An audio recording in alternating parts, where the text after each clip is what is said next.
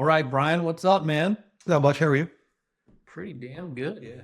Pretty damn good. We made it to episode 6, dude. 6. I'm going to keep congratulating us until we get to, episode 10. Yeah. No, maybe shut the fuck up. Maybe for once, right? Yeah. You will. Before we get started, though, like and subscribe us on YouTube and Spotify. Hit that notification button so you guys know when we have new episodes out. Really helps. And then you guys won't have to miss out on our beautiful faces here. We have a lot of announcements coming up, a lot of changes and, expansions on this little podcast coming right up. I'd like to say thanks to everybody that listened to episode 5 with Dave Hillis and Dave Cruson, Rock and Roll Hall of Fame drummer. That was a really fun conversation. It'd be cool to do that again with them. I mean, we had to actually cut it short because we had been talking for like an hour and 40 minutes. So yeah, maybe we'll do a part 2 someday if we're fortunate enough to do that. But yeah, man, thanks for listening. The podcast is growing, even though we're a very young podcast. So appreciate all the support there. What's going on with you, man? Not much. Getting the ball rolling on this. We had a couple nice days weather-wise out there. Yeah, cool. Now it's cold again.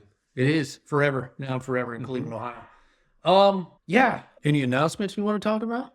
Go for it. Dude. Well, I guess I'll mention one is I have joined a band called Temple Witch based out of Kent, Ohio, Northeast Ohio. And they are on Wormhole Death Records.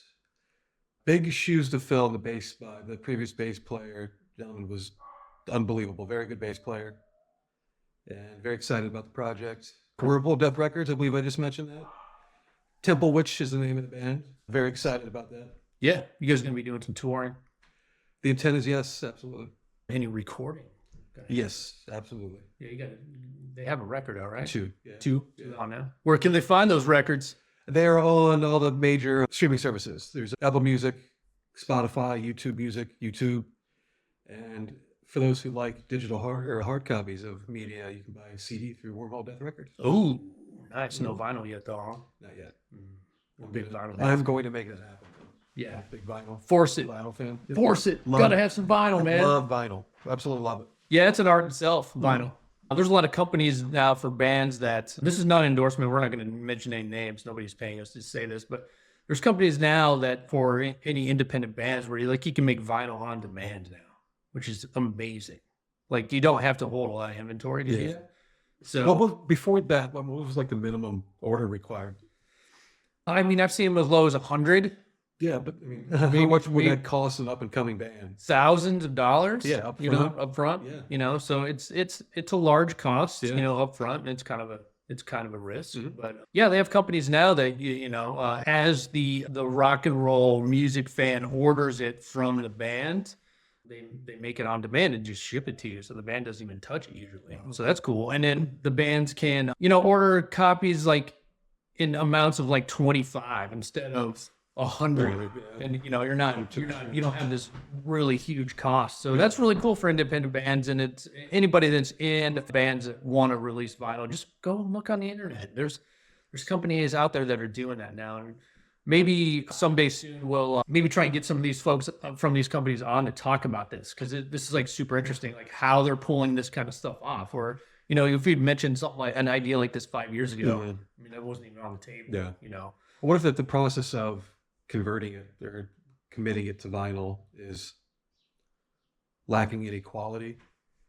In quality? Yeah, because you figure with I know some people don't like to buy vinyl that are a straight digital CD rep. They like it from the masters. Absolutely, yeah. I mean, that's definitely not how you should be doing it. Like if you're a band and you want vinyl, you got to do it correctly, and it's definitely not through a CD rep. And I don't know all the intricacies behind that. But I do know that you have to master it for vinyl, and you should if you care about music and if you care about the sound of vinyl. At least that's my opinion. So, some people don't. Some people vinyl is a thorn in their side. It's a burden. Well, definitely some record companies don't. Yeah. The ones that have the control. I mean, I'm not going to call anybody out, but some record companies have been known to do CD rips onto vinyl. Yeah. That's shady, man. Yeah. If you're going to do vinyl, you got to do it correctly. So that's really good and exciting stuff for any independent artist. So. Like I said, if you guys are independent artists, go out there and check it out. Just do a Google search, check it out, check these companies out, and get some vinyl on your merch tables, man. I mean, that's the way to do it. I think Screaming Engines will eventually do that, but we're still writing singles and writing and recording. So once we get enough material for a vinyl record, I think that's what we're gonna do. So yeah, so really cool there. At the time of this recording, it happens to be my 20th birthday, dude. I'm not even 21 yet. Times 3. Yeah. It's 60. Yeah. Definitely not 60. But yeah, it's my birthday. And to segue into that, it's also the 31st anniversary of Far Beyond Driven from Pantera, man. Yeah. Pretty wild stuff. Yeah, it was a major... That record is what made me pay attention to bass tone and bass playing. Bass tone. Yeah. Yeah? Yeah, it's unbelievable on that record. On all their records, but that one they took it one step further as they did every release. But just the bass tone of that record is so awesome. Yeah. Everything about that record is amazing. Yeah, it is. It's innovative. I mean, as far as yeah. how they were recording heavy metal records. Yeah. Some people on the internet might say somebody else did it before them, but as far as that could be true, but as far as Pantera were breaking down the doors like with heavy music. I mean, Far Beyond Driven's such an important record. As far as it being as heavy as it was, and also, I mean, it debuted at #1 on the Billboard charts, kicking Michael Jackson off of the #1 slot. I believe it was him. So that's unfounded. I mean, I'm not even sure that's happened since with a record that's so bludgeoningly heavy. Right. Pretty, and with very little MTV support back then too. I mean, Pantera is who they are now. They, over the years they've become iconic. But back in the day, they were fighting for every ounce of coverage, and they weren't played on the radio very often, if at all, back then. I mean, MTV, Headbangers Ball, they were big on programs like that, but they weren't playing Pantera songs on the radio very much. I mean, it probably obviously happened here and there, but I mean, they were not a mainstream band, and they were still crushing. I mean, they were filling up arenas at that point. I mean, every show was sold out. They're touring like 6 months out of the year, if not more. 9 months out of the year sometimes. It felt like they were always on tour. Yeah. I mean, it seems like they never stopped except to record records. Yeah. And they were doing their records in between tours. So it was just 10 years of that band not stopping at all. I mean, they were just worked and worked and worked. But yeah, I mean, virtually no radio support back then, which was super important in the 90s. Yeah. But yeah, still making platinum records, go gold and platinum almost immediately. I mean, I'm pretty sure Far Beyond Driven went gold and platinum almost simultaneously. Yeah. That's how quickly it sold in that first week. So really important band, man. I mean, for us as fans, as kids who were impressionable and needing those influences for heavy music. I mean, they were the pinnacle of heavy music in the 90s. Oh yeah, it was Pantera and everybody else. Aside from maybe Metallica, but Metallica was kind of changing their style back then. So it was like Pantera was getting heavier and heavier, and Metallica was kind of weaving in and out of exploration of music, which big respect to them for doing that. It's a lot of, especially, it's a risk, doing that, changing your sound a little bit. They followed their hearts on it. I respect that. Yeah, they did. And, Pantera was also following their hearts. I remember the first time I saw them was on the Far Beyond Driven tour. And I was scared to death. Yeah. It was like the whole arena was insane. I mean, it was people diving off the first section of the balcony onto the floor. The whole floor was a mosh pit the entire time. Yeah. Except when they stopped to play Planet Caravan and they chilled it out. I think that was the last song of the set. But Typo Negative had opened that. And after that show specifically, we were forever Pantera fans. Oh, sure. Yeah. Got to see him so many times after that. Yeah. Actually getting ready to go see those old men again. Yeah, the new version. Yeah. That's a celebration of life, which is, I think it's great they're doing that. I hope they keep that angle. They will. Yeah. I hope they don't evolve into making new music under the Pantera moniker. I mean, I support this version of the band now because it's a legacy thing. It's marketed as a legacy thing, and I believe that. Yeah. And I think the band ended so horribly. Horrible. Horrific. What you talk about that for a month. I mean, oh God. I mean, the tragedy behind the end of the band is, it's, you know, overwhelming to fans, especially if you were there at the time, you know, and we were fans of the old version of the band, and to have that happen to Dime was fucking terrible. I mean, it still is. It's hard to even talk about sometimes. It's unmatched in rock and roll tragedy, aside from maybe a couple others. Maybe a Leonard Skinner plane crash in '77. That was a bad one too.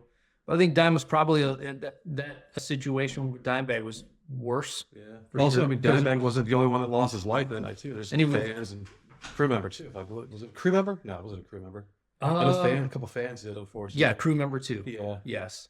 And some fans. Yeah. At a small club, you know. Yeah. So, I mean, it was murder. So straight up, obviously, you know, probably the worst tragedy in rock and roll. Maybe John Lennon. Yeah. You can throw him in there. Yeah. But I think it's good. Like, there's the Pantera thing. It's controversial, and a lot of, you know, some of the history of the band is a little strange. But the controversy and you know, them carrying on without the two brothers, I get it. I understand it.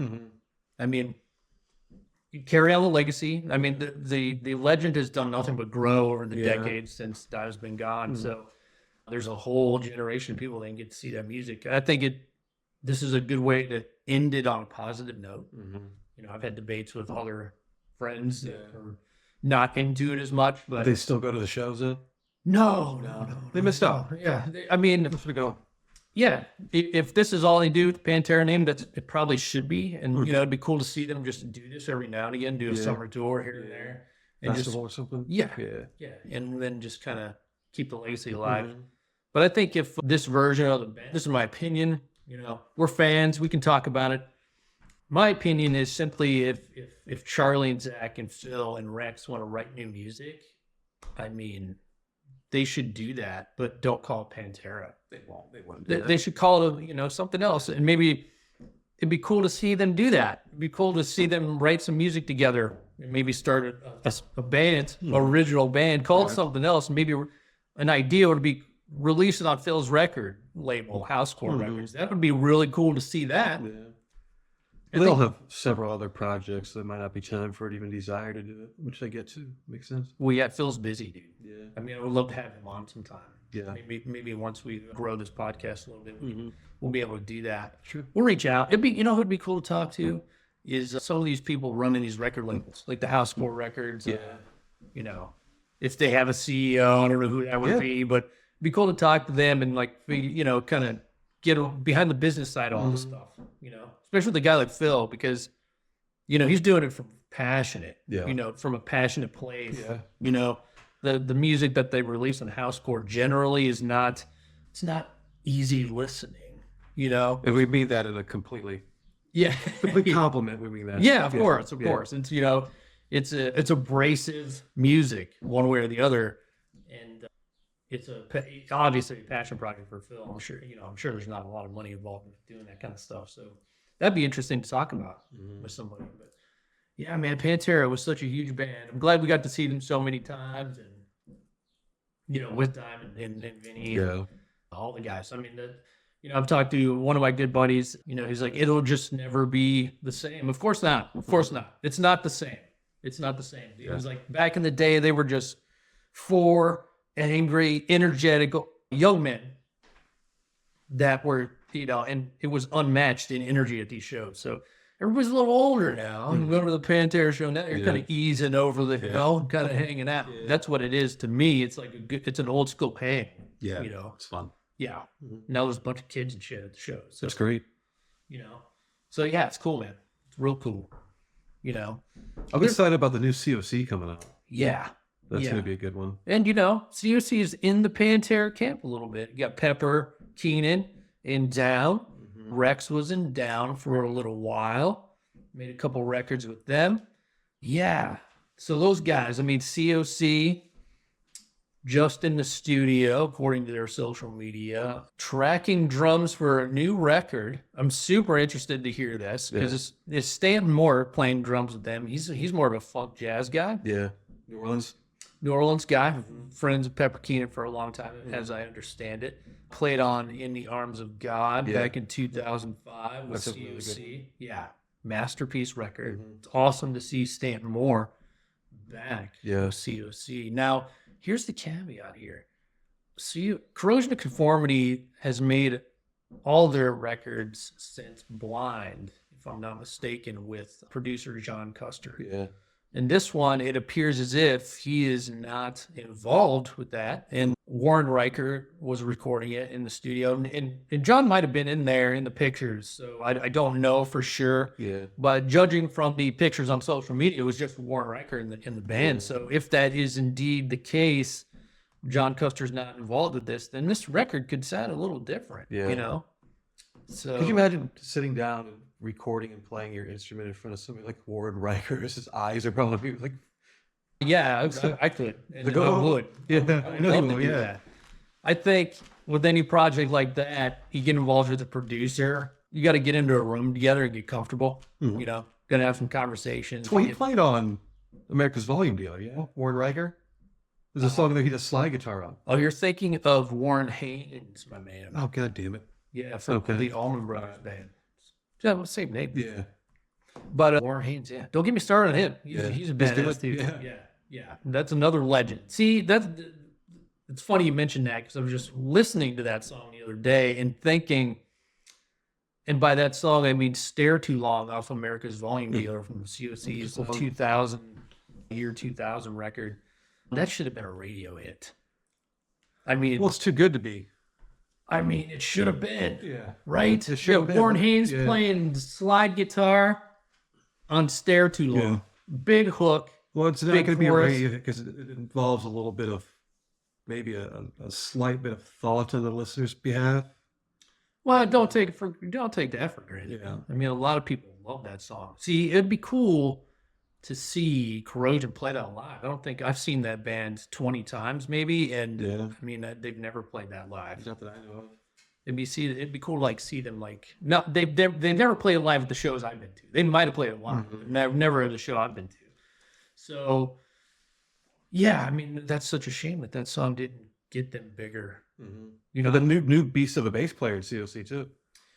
Yeah, Bobby Landgraf, right? That's another big change. So Mike Dean is a founding member of Corrosion, and he's not on this record. Yeah. Amazing. I can imagine. Talk about big shoes to fill, stepping in for somebody like him. Yeah.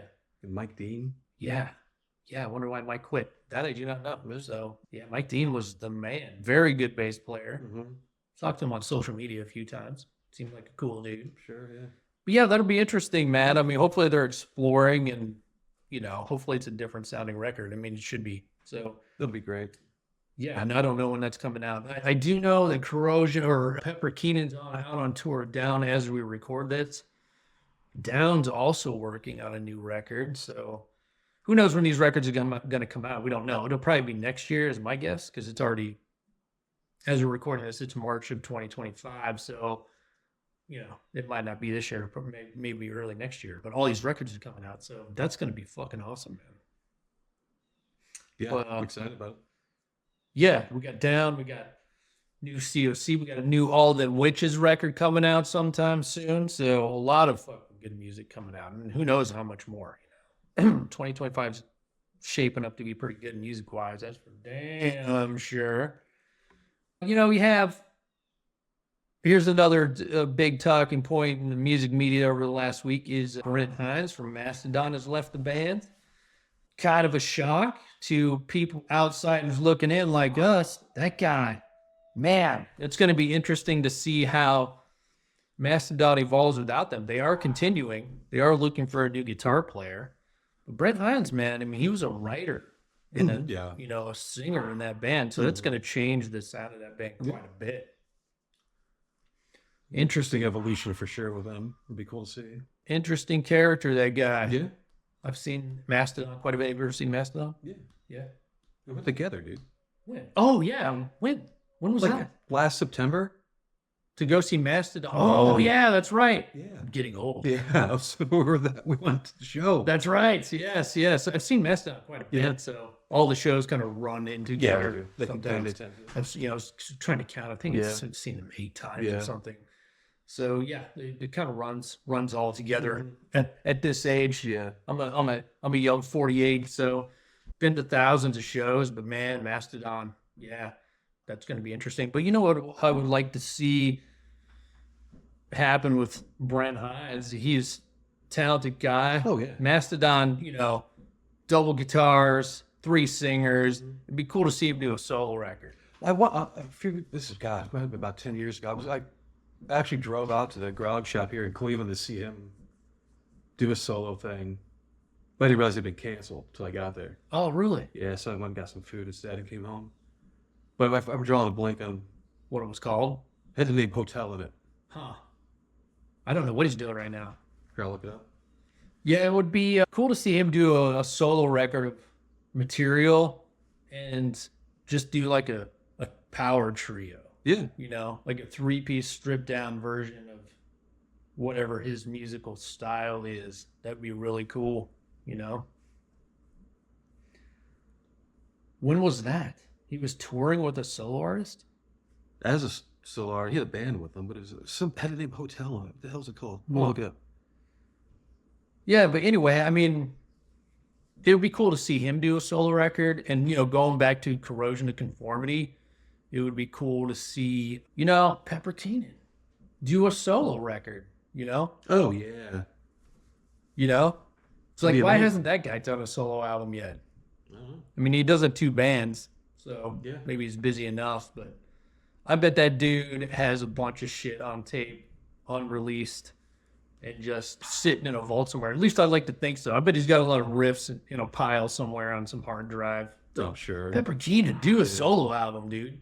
Do a solo album of Stare Too Longs. You know, that style. Do a Southern rock fucking, you know, power trio solo record. I'd love to see that. I mean, Kurt Windstein did a solo record. Why can't Pepper Keenan, huh? You know what I mean?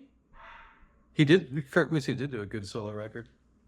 Yeah, it's pretty enjoyed solid. it. Yeah, a little bit different than Crowbar. We're talking about Kurt from Crowbar and down, too. These super groups, man, there's all these names in them, and they're all kind of intertwining into each other. It'd be cool to see Acid Bath and, like, Crowbar do a tour together. I bet that's coming. I bet that's coming. I don't know for sure, but I'm confident all those New Orleans bands are gonna tour together someday soon. They could probably get away with like a 1 or 2 day festival too. Yeah, If they had it. In do it down in New Orleans. Yeah. That people would go to that. That'd be badass. Maybe like that would go for sure. If you have, you know, all the New Orleans bands together, have down headline, COC, you know, Cool. keep everybody working, man. Yeah. That'd be awesome. Yeah. Yeah, so that's all exciting shit, man.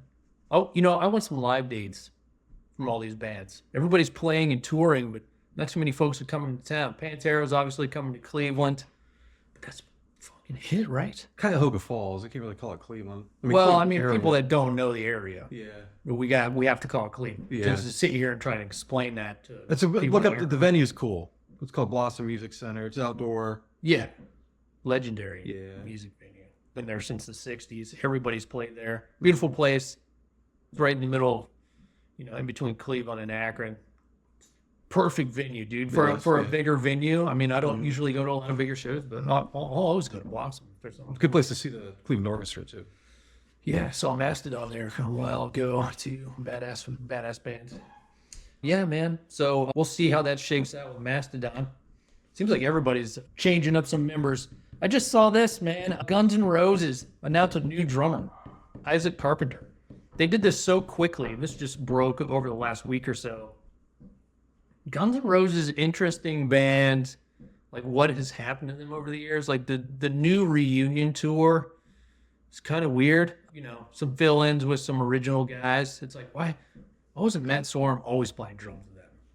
Because as soon as they announced this, I was like, oh, cool, let's get Matt Sorum on board. Yeah. Because, you know, it gets more of the original, you know, even more of the original lineup back together, even though he wasn't at the very beginning, but he was on Use Your Illusion 1 and 2, man. I mean, those records are humongous back in the day. So Played on the Cult record too. he was in the Cult before Guns N' Roses. Yeah, Matt Sorum's a great drummer, man.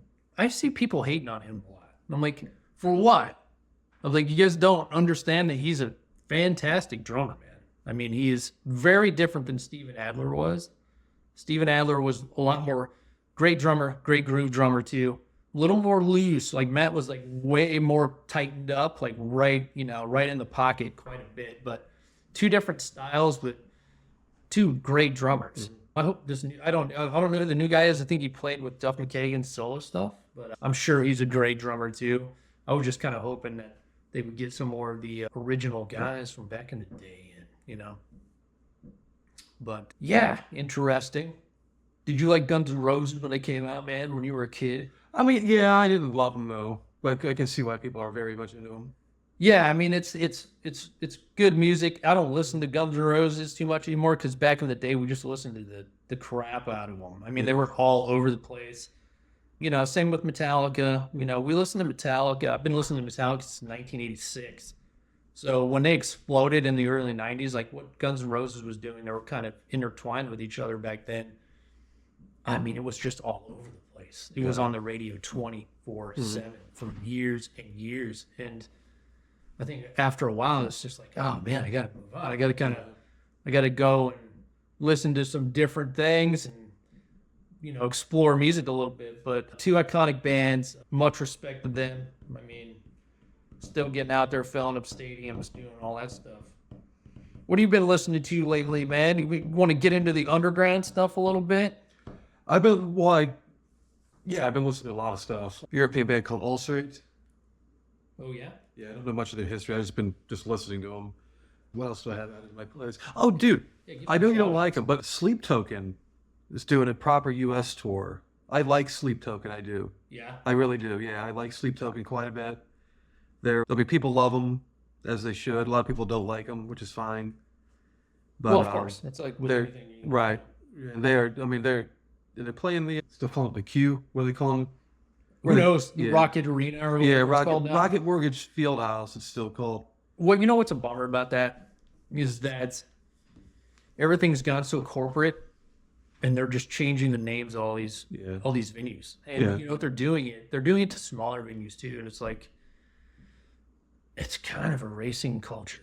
Like losing, like say a small club like CBGB's, like that's gone, and it's like a CBGB store now, or at least the last time I checked. I mean, it could be something completely different now, but like back in the day, even the arenas and stuff, like the LA Forum, I think it's called the Kia Forum or something now. Yeah. Like, why would you change the name of LA Forum? I mean, that was like, what are you gonna do next? Are you gonna change the name of the Hollywood Bowl? It's like these are iconic music venues. What are you gonna do? You're gonna change the name of Madison Square Garden to some corporate, probably will conglomerate name? Yeah. Like, why would you do that? It's a brand. Like, that kind of thing is like really disappointing.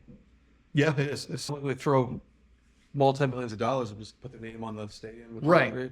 Like these. It's like the Brown, like where the Cleveland Browns, whatever. But like the First Energy Stadium was called for a while. It's like, how much does that benefit a power company? Well, it does. I mean, it's free advertising. It's not free. What does a power, how many, it's not like you go to the store and I'm going to buy this power as opposed to, but it was First Energy. Like where I live, that's like you just have to have it. If you want electricity, you have to have it. You'd be surprised. I mean, there's probably two choices. Yeah. And whoever has the football stadium gets it, I guess. I don't know. Makes no sense. It's beyond me. Yeah. It's beyond me. You would think it doesn't work, but advertising works. Yeah. It does. I mean, that kind of stuff. Yeah, it really does. Gets into your psyche. Mm-hmm. It works. I mean, even if you're hip to what these corporations are doing, it's still, Amazon's a prime example. You just get on there and order stuff. You're like, oh yeah, I saw it on my Instagram. Yeah. So advertising does work, man. But I mean, it just seems they're kind of losing the American culture doing that stuff, changing the names of these iconic places. What are they going to do next? Whiskey Go-Go and change that? Or just bulldoze it? They might end up doing that. Or it might just catch on fire someday. Yeah. Who knows? I don't know. Suspiciously. The Troubadour or, all those. I'm glad, talking about California, like LA, like at least they still have all those small venues still. Mm-hmm. But you go down to LA and it's like, you can see the corporate creep, happening on the Sunset Strip, so. And for decades it's happened. Hopefully they can maintain, all those small venues on the Sunset Strip, just maintain and stay in business, with the correct branding and titles that they always had. It'd be cool to see that. We have one of those in Cleveland. It's called the Grog Shop. Love that little place, man. And, you know, they've been around for a long time. Tons of iconic bands have played there. It's a small venue for people that don't know. Small rock and roll club, punk rock, heavy metal, death metal. They have everything. They have funk, you know, all the stuff. Jazz, The pop blues. rap, everything. Yes, and they do it all in the Stilly Rock Shop. They moved one time, as I understand it, and it was, you know, pretty close to the original venue. But it just they made it a little nicer, Yeah. you know. A little bigger too. Yeah, Cleveland's had a lot of iconic clubs that are kind of no longer with us. You know, Peabody's Down Under was one that moved. The original Peabody's was down in the flats. When it rained, like it would rain in the club, Yeah. you know, that kind of shit. It was like the bathroom was notoriously terrible. God. You know, we played there back in the day in the original place, and you know, I think it was raining that night and the flats were flooding, and we thought we were gonna get electrocuted. You know, it's shit like that back in the dangerous times of rock and roll. You know. But, you know, you had that. You had the Agora, which is a big theater now. But before that, it was a small club, 250 people. And everybody in the 70s played there. Kiss, Rush, Bruce Springsteen's a famous one that played there. I think he recorded a live album there. Tons of people. Anybody that would come through Cleveland would play the Agora. You know, and it was a small room. Bob Seger, all those guys. There was an Akron Agora too. Yeah, there was an Akron Agora. I never went there, did you? No, it was kind of... It was before our time. It was before we had driver's license. I think by the time we were playing shows, the Akron Agora wasn't around yet. No, but it would have been. Yeah. But, I mean, yeah, keep those names, man. Keep the traditions. Keep the culture of rock and roll together. Don't let corporations buy up everything. It's kind of a drag, you know? But, yeah, man, tons of stuff going on, you know? What about any other bands you're listening to? Give some shout-outs to some of these bands, Brian. All right, I got A lot of European bands Yeah, they're doing it for me. scratching that itch. Yeah. I'm always looking for new stuff to listen to. Going back to Sleep Token, I've heard Sleep They're Token. a great band. Not. I've been listening to a lot of Not and AUT. They're out in the UK. They're like, I'm a huge fan of quote unquote golf. I'm a huge fan of new wave stuff. I'm a huge fan of rock and a huge fan of very extreme heavy metal. Not and AUT is one of those bands that they could play with Mayhem, or they could open for Depeche Mode Yeah, see, that's cool. the same week, and they Yeah. would fit the bill perfectly. Yeah. They are a very, very good band. I love them. Very, very good band. Are they touring? Not that I'm aware of. I haven't seen any announcements or anything. Dang. Yeah. They're phenomenal. Big fan of them. A lot of these European bands are not coming to America. It's kind of a drag. Well, I mean, We got to get them over here somewhere. because people don't Don't go show to the up. shows. They don't? Yeah. Well, if they've never been here, how do they know that? You know what I mean? It's a harsh reality over it real quick. Well, I mean, any band. See, yeah, the thing is, I mean, who knows what the intricacies are of that? I'd love to get somebody on that's working in Europe to see what the problem is with that. You know, booking agents or bands, they'll tell you. I'm sure there's a bunch of European bands I listen to that just don't come to America. Greenleaf is one. They're phenomenal. Yeah, you've loved them for a long time. And they've been around for 20 plus years. Has it been that long? Forever. Yes. Longer than that. I mean, maybe closer to 25 years now. But I don't know if they've ever been to America. But I know they have a fan base here. I mean, I'm one of them. And I know people that like that music that know them too and like them and never seen them live. It's like, I don't know why they can't come here. There's reasons behind the scenes we don't know. Another band is a band called Blues Pills, a female-fronted band, a rock and roll band, but they're like a pretty good cross between, I would say stylistically, between like something like Janis Joplin and Zeppelin. You know, it's cool. Yeah, it works. They're really good. They rock and roll, man. But I mean, they also do not come to America, and it's like, what a drag. And they're on. I want to say they're on Nuclear Blast Records, Nuclear Blast or Earache. I can't remember right off the bat, but they should have. You know, they should be getting on opening tours in America. I just don't understand why they don't. Because you have another band like Graveyard, who is, I believe they're from Sweden. Great band. I've been listening to them for 10 years. I have seen them in America twice, opening up for Mastodon and Clutch, which was one of the best rock and roll shows I've ever seen. And then I saw them again at the Grog Shop on a headlining tour. They will not come back. You know, and it's like, what are you doing? And maybe I'm just being impatient, but they released an album last year. Man, they have not been to America. It's like such a drag. So I know that they draw here. Yeah. You know, so there must be a reason. You know, we'll just everybody be patient if you like these bands. You know, still kind of underground in America. I mean, I think they're all doing pretty well in Europe. That might be another thing. You know, they're doing well there, so why would they come here and struggle? Yeah. It might be tough as a band to fill up theaters in Europe and then come to America and struggle. Well, why would you do it? You know? I mean, I would do it. It's a good question. I mean, if you're asking me if I was in that position, I would do it to get the name out. Yeah. I mean, it's that's what working is. It's touring is work, and you know, in order to grow your audience, you got to go to other places. So if you have the means to do it, of course, come to America, man. Come on, guys. We love you. Everybody loves it. Maybe it's the downloads. Yeah. Maybe it's the streams. Maybe they have all that data. I'm sure they're like, man, it's you just would have to. maybe it's just not. Maybe it's that. I don't know. We should try and get somebody on and get to the bottom of all this. Yeah. Because we don't know what we're talking about. We just have opinions here. So we should find the facts out and get it out there. And you know what, man? We should work at getting some of these bands here. You know, come on, guys. Let's go.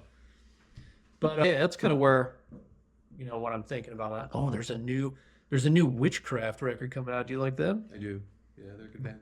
That will be interesting. Another band, I believe they're also from Sweden. I don't know what's going on in Sweden, dude, but a lot of fucking killer music there. And, you know, it doesn't have to be black metal or whatever, Viking metal or whatever. It can be a lot of rock and roll coming out of that region of the world. Yeah, man. Absolutely. You know? Great stuff. But, yeah, man. So we'll see. We'll remain hopeful. And we'll kind of go from there. Any tours coming up that you want to go see? We're going to Pantera. Yeah, you mentioned that. Elder. Yeah. Me and you are going to go see some Elder in Baltimore next month. Another favorite of this podcast, at least on my end for sure, but might have them on. We'll see. We'll keep you guys posted on that. That will be awesome if we can make that happen. Going to that. Yeah. Sasanta's coming to Cleveland. That will be interesting. A little innovative in my opinion. I've never been to a show with this kind of concept before of 3 bands on one stage and they're all kind of intertwining. This is how I understand Sasanta. It's like got 3 drum kits, you know, there's like a little lounge area, I guess, as I read this, and the bands kind of meander on and just kind of crisscross in and do their songs, and hopefully we get to see some jams from them. That would be interesting as fuck. I think, didn't 9 Inch Nails and David Bowie do something similar to this? Like back in the day, did you go to that? Oh, God. I did not go to that, no. No. I remember hearing about it, though. Yeah, I think they might have done something similar to that, but I could be mistaken. But other than that, I have not heard of this kind of concept for 3 big bands playing on one big stage together at the same time. Yeah. That's kind of cool, man. Because you don't see a lot of innovation on the live circuit right now. I think Metallica is doing some pretty innovative stuff with their stages. Yeah. I mean, there's so much you can do, too. Everything's been done. Yeah, we'll see. Part, you know? Yeah, you got the Sphere in Vegas. I mean, that's pretty wild. But I mean, it'd be cool to go to the Sphere in Vegas and see a show. But what I've been told by people that have already gone to shows is that the theatrics of that place kind of take over the band. Like, it doesn't matter who's playing there. You have anybody playing because you're staring up at the thing, all the whole thing around you, surrounding you. So maybe that's where concerts are going in the mainstream. We'll see how that goes. It'll be interesting to watch that evolve. But dude, at the end of the day, I mean, me personally, I like theaters, I like clubs, I like a room that smells like stale beer.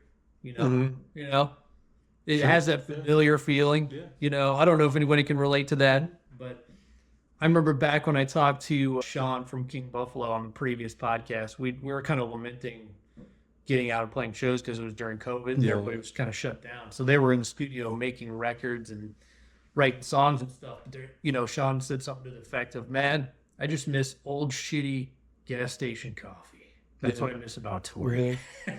I was like, yeah, man, I miss the clubs that smell like stale beer. Yeah. You know? It's like going into a recording studio. It's just this familiar feeling every time you go into one of these places. You're like, oh, yeah. Comforting. let's watch a rock and roll show, Yeah. or let's create some music. You know, that's how these places kind of resonate for me. So, but yeah, man. Anything else? What else is going on? Not much, man. I think it's about covers it. All right. Well, before we let you guys go, we just want to let you know that my rock and roll band Screaming Engines has shows coming up in the Northeast Ohio area. You can follow us on Instagram and Facebook at Screaming Engines Official. Be sure to subscribe to the podcast on YouTube. Hit that notification button. It really helps. It helps the algorithm. It helps us get seen, and it'll help us get some of the guests on that we want to have on here in the future. We do have some announcements coming to the podcast soon, some big ones. So we have a lot of plans coming up.